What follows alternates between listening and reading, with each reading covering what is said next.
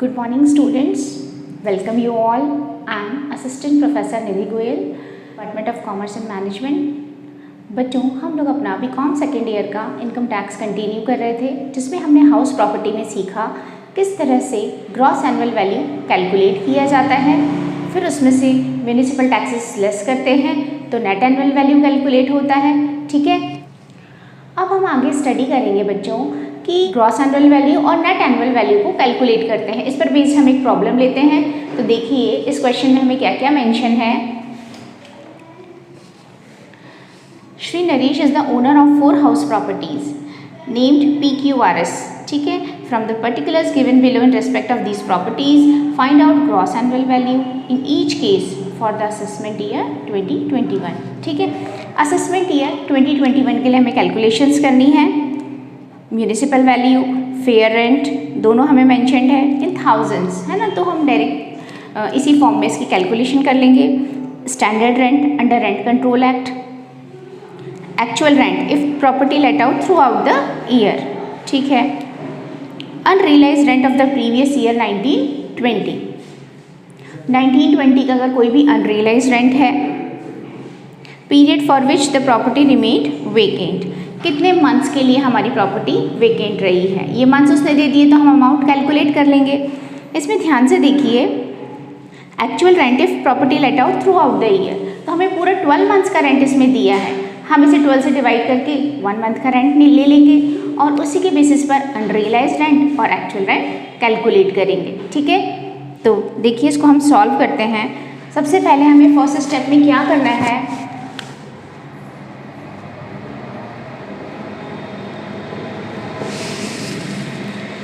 Step 1 में हमें लेना है एक्चुअल रेंट और fair rent which ever is high but not more than standard rent, है ना।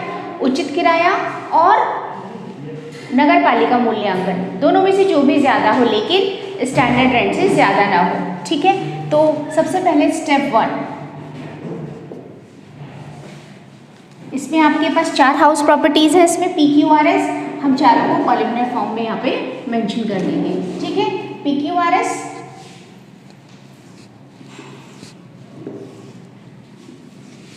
अब हम इनकी डिटेल्स इसमें मेंशन करते हैं। तो सबसे पहले स्टेप 1 में फेयर रेंट और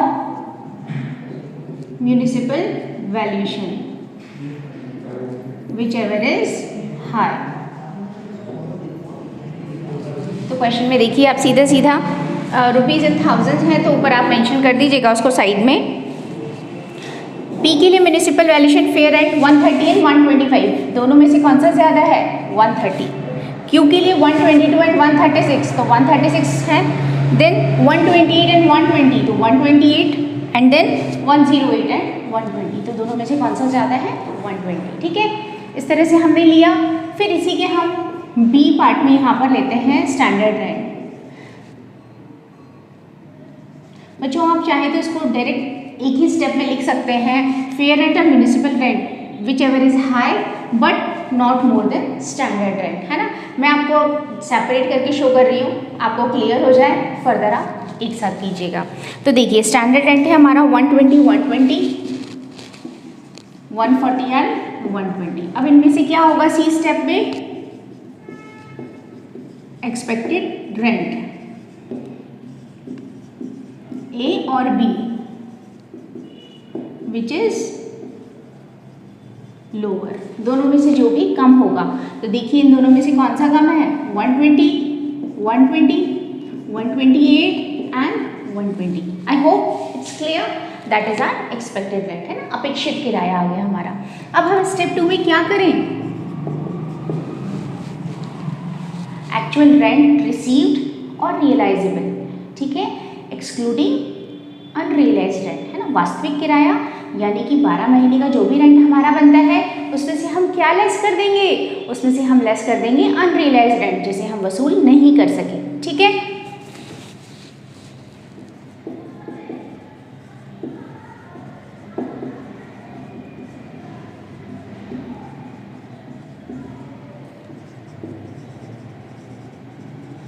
अनरियलाइज्ड रेंट।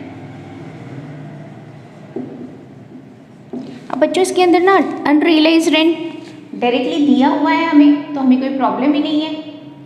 सीधा सीधा आप एक्चुअल ईयर का पूरा रेंट लीजिए, उसमें से अनरियलाइज रेंट लेस कर दीजिए।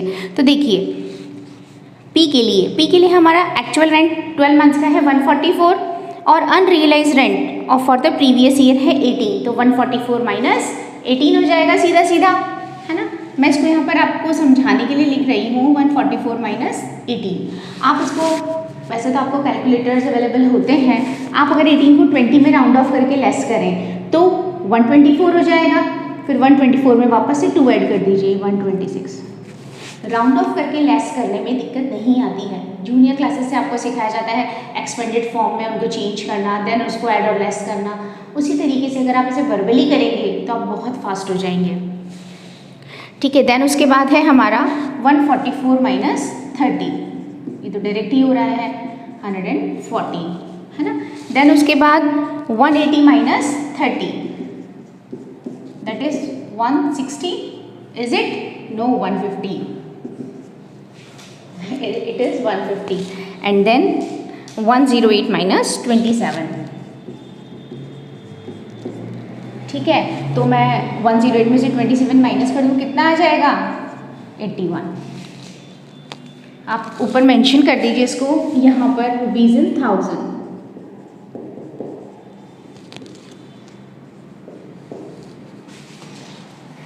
ठीक है। हमारा एक्चुअल रेंट और रेंट रिसीवेबल आ गया है। अब थर्ड स्टेप में हमको क्या करना है?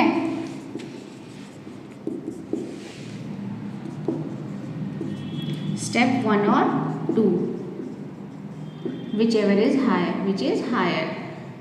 इन दोनों में से कौन सा ज़्यादा है भाई? देख लीजिए, दिस और this. 126, then 120, then 150 and then 120, ठीक है। लेकिन अभी एक काम और बाकी है, मैंने आपसे बात की थी, अगर हमारा कोई भी हाउस प्रॉपर्टी पूरा ईयर लेट आउट रहती है, यानी पूरे साल अगर उसे किराए पर दिया जाता है, पूरे साल लेट आउट रहती है, तो कोई प्रॉब्लम ही नहीं है, हमारा सीधा यही ग्रॉस एनुअल वैल्यू हो जाएगा। लेकिन अगर कोई वैकेंसी पीरियड है तो उसका रेंट हमें यहाँ पर माइनस करना है। तो देखिए आप क्या कर देंगे इसमें से स्टेप 4 में, rent of vacancy period, vacancy period का रेंट आप यहाँ से माइनस कर दीजिए मकान के खाली रहने का। अच्छा, अब वैकेंसी पीरियड का रेंट निकालने के लिए मुझे क्या करना पड़ेगा? पर मंथ रेंट निकालना पड़ेगा। तो सीधा सीधा सा है, आप देखिए इधर पी हाउस प्रॉपर्टी का पूरा 12 महीने का रेंट है 144, तो पर मंथ कितना हो जाएगा इसका? बच्चों आपको इसको नीचे वर्किंग नोट पे शो करना चाहिए, मैं आपको यही शो करके दिखा देती हूँ। देखिए 12 मंथ्स का इतना है, तो 1 मंथ का कितना हो गया? Divided by 12। और कितना महीने हमारा हाउस प्रॉपर्टी वेकेंट रही है? पी वाला हाउस हमारा 3 मंथ्स वेकेंट रहा है, तो मल्टीप्लाइड बाय 3 कर दीजिए। समझ आई बात? 12 12 जा 144, 12 3 जा 36, इसको कर लीजिए। तो ये हमारा 36 क्या हो गया? रेंट ऑफ वैकेंसी पीरियड हो गया, ठीक है। इसी तरीके से क्यू के लिए देखिए, क्यू भी 144 पूरे 12 महीने का रेंट था, 1 मंथ का इतना, और कितना महीना वेकेंट रहा है? ये 4 मंथ्स, तो इंटू 4 हो जाएगा, ये 48 हो गया, ठीक है।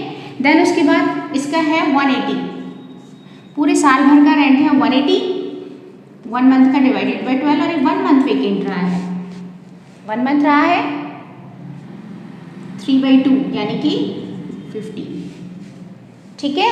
108 इसका टोटल रहा है 108, 1 मंथ के लिए डिवाइडेड बाय 12, 12 9 जा 108, और ये भी 3 मंथ्स वेकेंट रहा है, तो 27।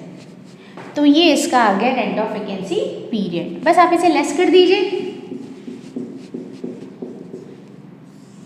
और अब जो भी आएगा that would B gross annual value. ये हमारा ग्रॉस एनुअल वैल्यू होगा एज पर सेक्शन 23(1). 126 में से 36 माइनस किया तो दैट इज 90, इसमें से 48 गया तो इसको मैं 50 मानकर लेस कर दूं तो 70 + 2 72 हो गया, है ना। इसमें से 135 और 120 में से 27 माइनस करना है, तो मैं से 30 मान के लेस कर दूं तो 90 + 3 93। आपको जैसे भी सूटेबल लगता है, लेकिन अगर आप वर्बली कैलकुलेशंस करें that is well and good, just because कई बार कैलकुलेटर से भी मिस्टेक हो सकती है, लेकिन आप अपनी मैनुअल कैलकुलेशंस को इतना स्ट्रॉन्ग कर लीजिए कि आप क्रॉस चेक कर सकें अपनी मैनुअल कैलकुलेशन को भी और कैलकुलेटर को भी। तो जब दोनों आपस में क्रॉस चेक होंगे तो मिस्टेक के चांसेस नल हो जाएंगे। ठीक है, तो इस तरीके से हमारा ग्रॉस एनुअल वैल्यू आया। इसमें कोई म्युनिसिपल टैक्सेस मेंशन नहीं है क्वेश्चन में, तो ये हमारा ग्रॉस एनुअल वैल्यू हुआ। आई होप आपको क्लियर हो गया। देख लीजिए, इसे कॉपी कर लीजिए।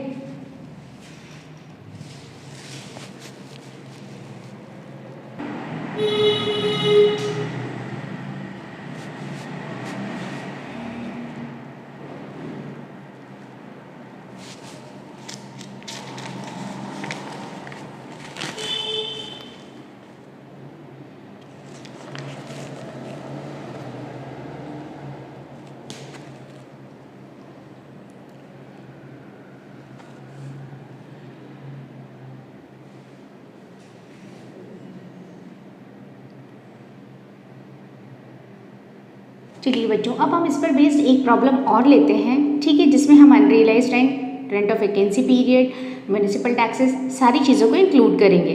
ठीक है, देखिए, mister Chandra Prakash started construction of a residential house on 1 अप्रैल 2016। 1 अप्रैल 2016 को उन्होंने कंस्ट्रक्शन स्टार्ट किया, विच वॉज कम्प्लीटेड ऑन 15 मई 2017, जो कि कब बनकर तैयार हुआ? ये बनकर तैयार हुआ है 15 मई 2017 को। इट मीन्स हमारा प्रीवियस ईयर कौन सा हो गया? 17-18, क्योंकि हमारा प्रीवियस ईयर अप्रैल टू मार्च चलेगा, ठीक है, और मई 17 हमारा 17-18 में आएगा, है ना। तो हमारा जो कंस्ट्रक्शन है कंप्लीट हुआ है, कौन से ईयर में हुआ है? 17-18 में, है ना। हम क्या करते हैं, क्वेश्चन को शॉर्ट फॉर्म में अपने पास लिख लेते हैं, जिससे हमें इजी हो जाएगा। 16 में 17 को 5,000 रुपये प्रति माह के किराए पर उठा दिया, ठीक है। 5,000 पर मंथ रेंट दिया, जिसमें इंक्लूडिंग था 1,000 for light, water and garden facilities.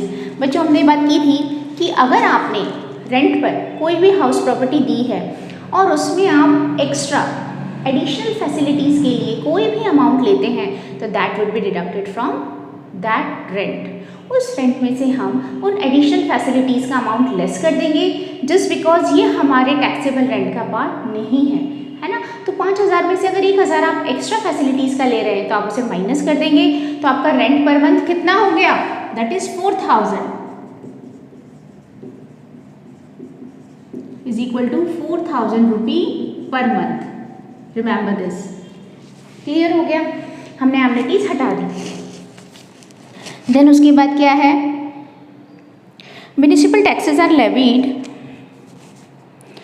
at the rate 6 unit 1/4% of the municipal valuation, which during the previous year amounted to rupees 3750।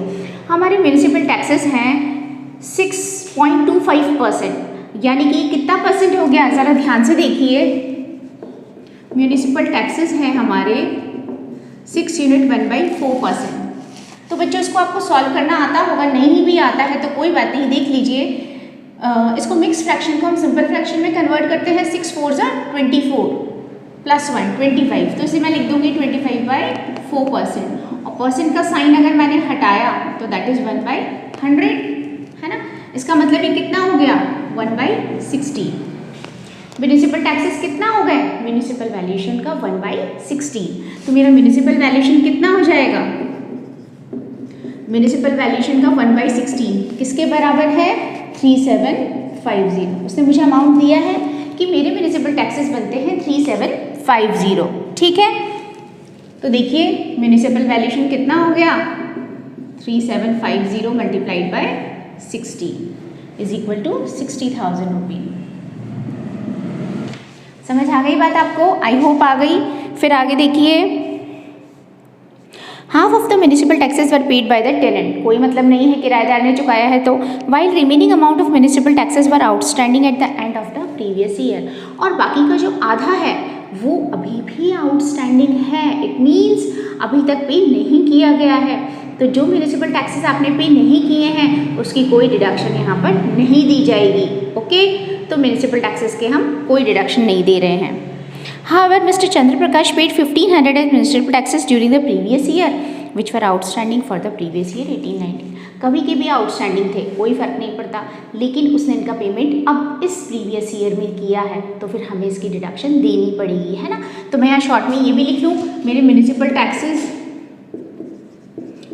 Taxes paid, outstanding municipal taxes paid 1500 रुपी। तो बस इतना ही मैं छोड़ दूँगी इसको, ओके। देन उसके बाद the tenant vacated the house on 28 February 2020, यानी कि फरवरी वो पूरा रहा, फरवरी 20 में उसने मकान खाली कर दिया। इसका मतलब मार्च में उसका घर अभी वेकेंट है and it remain vacant till 31 मार्च 2020, और 31 मार्च तक उसका घर खाली रहा। इसका मतलब वैकेंसी पीरियड 1 मंथ हो गया। Is it clear? तो मैं यहाँ पर लिख दूँ वैकेंसी पीरियड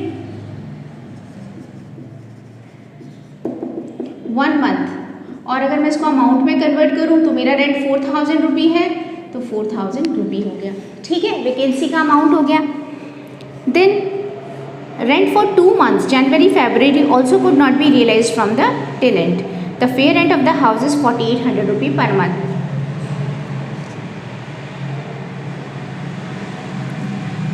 दो महीने का हम उससे वसूल नहीं कर सके तो अनरियलाइज रेंट हो गया। तो बच्चों अनरियलाइज रेंट भी लिख दीजिए आप, कितना है? अनरियलाइज रेंट है 2 months का, तो 4000 के हिसाब से हमारा 8000 रुपी हो गया। ये भी क्लियर हो गया, ठीक है। और इसके अलावा क्या है? Fair rent. तो देखिए फेयर रेंट कितना है?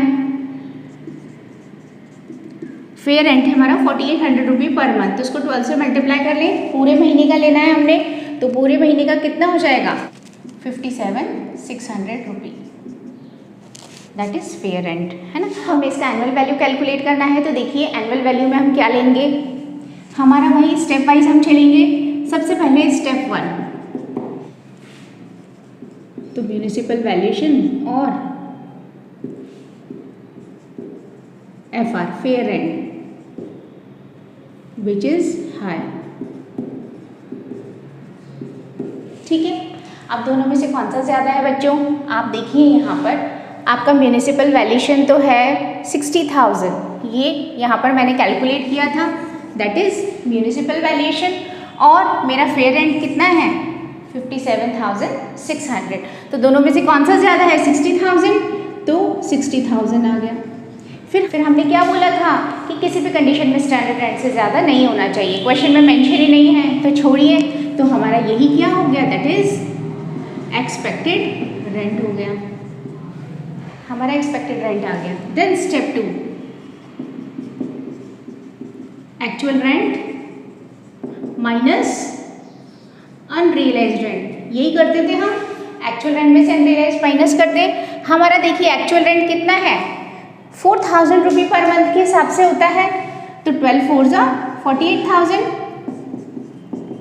मैं आपको समझ आ रहा है इसलिए यहाँ पर लिख रही हूँ, यहाँ आपको नहीं लिखना है। 48,000 हो गया आपका, और इसमें से अनरियलाइज रेंट कितना है हमारा 2 months का? 8000। इसे माइनस कर दें तो माइनस 8000, दैट इज 40,000, ठीक है। देन स्टेप 3 में आपको क्या करना है? एक्सपेक्टेड और एक्चुअल दोनों में से जो भी ज़्यादा है। कौन सा ज़्यादा है दोनों में से? 60,000, तो स्टेप 1 और 2 विच इज हायर, तो दैट इज 60,000, ठीक है। देन स्टेप 4 में rent of vacancy period minus कर दीजिए, तो 4th।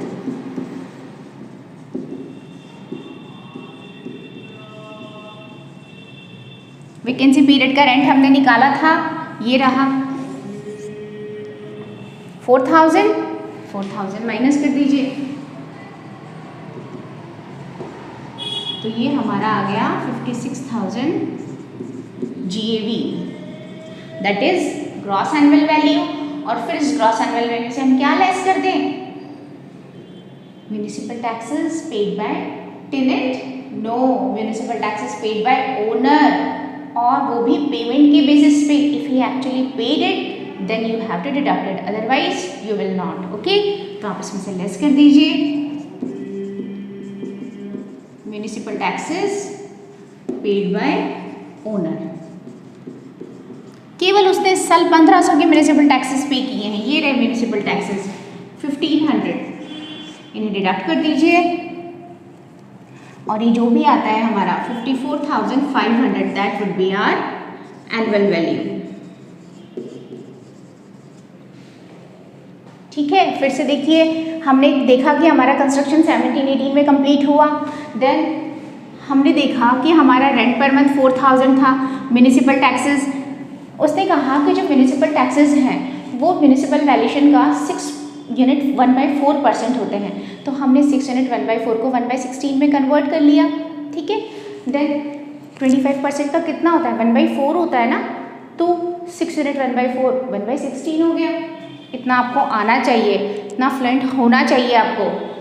देन अगर 1/16 म्यूनिसिपल वैल्यूएशन इनका 1/16 3750 के बराबर है, तो पूरा म्यूनिसिपल वैल्यूएशन इधर क्रॉस मल्टीप्लाई हो गया, 60,000 हो गया।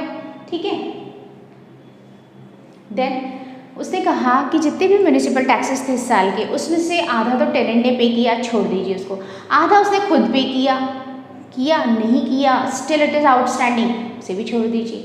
लेकिन उसने पिछले सालों के 1500 पे किए हैं, भाई जो उसने पे किया है उसे हम लेस कर देंगे, चाहे वो कभी के भी हों, 1500। वैकेंसी पीरियड 1 महीना है, मार्च में खाली रहा उसका घर, उसने इसे रेंट पर नहीं दिया फर्दर, तो 4000। अनरियलाइज रेंट, उसने कहा 2 महीने का रेंट हम उससे नहीं वसूल कर पाए, तो 8000 ये आ गया। और फेयर रेंट क्वेश्चन में उसने हमें दिया है 4800 रुपये पर मंथ, तो मैंने इसे 12 से मल्टीप्लाई करके 57,600 किया। अब हमारा जो क्वेश्चन नॉर्मल होता है कि municipal valuation fair rent which ever is high 60,000, चूँकि इसमें कोई स्टैंडर्ड रेंट है नहीं, तो ये सीधा मेरा एक्सपेक्टेड रेंट आ गया। फिर मैंने देखा कि actual rent excluding unrealise rent, तो इसमें से मेरा 8000 अनरियलाइज माइनस कर दिया, 40,000 मेरा एक्चुअल रेंट आ गया, है ना। फिर इन दोनों में से जो ज़्यादा है 60,000 ज़्यादा था, लेकिन excluding rent of vacancy period, तो वैकेंसी पीरियड माइनस कर दिया इसमें से 4000 का, तो ये आ गया मेरा 56,000। फिर इस 56 में से municipal taxes paid by owner, तो municipal taxes paid by owner 1500 ये माइनस कर दिए, एनुअल वैल्यू आ गया 54,500। ये मुझे डिटरमाइन करना था। अब इसके आगे हम क्या करते हैं, अगर हमें क्वेश्चन में मेंशन है तो हम आगे डिडक्शंस देते हैं, लाइक 30% स्टैंडर्ड डिडक्शन दी जाती है और इंटरेस्ट ऑन लोन की डिडक्शन दी जाती है। ठीक है, लेट आउट हाउस प्रॉपर्टी इस तरह से ये काफ़ी हद तक कंप्लीट हो जाता है एक्सक्लूडिंग डिडक्शंस। आई होप आपको ये चीज़ें क्लियर हो गई हैं। अब आप इसके एग्जाम्पल्स कंप्लीट कीजिए फर्दर। नेक्स्ट लेक्चर में बच्चों हम स्टडी करेंगे कि हम इसके डिडक्शंस किस तरह से देते हैं और उस पर बेस्ड प्रॉब्लम्स भी करेंगे। फिर उसके आगे हम self occupied house property study करेंगे। Okay, thank you.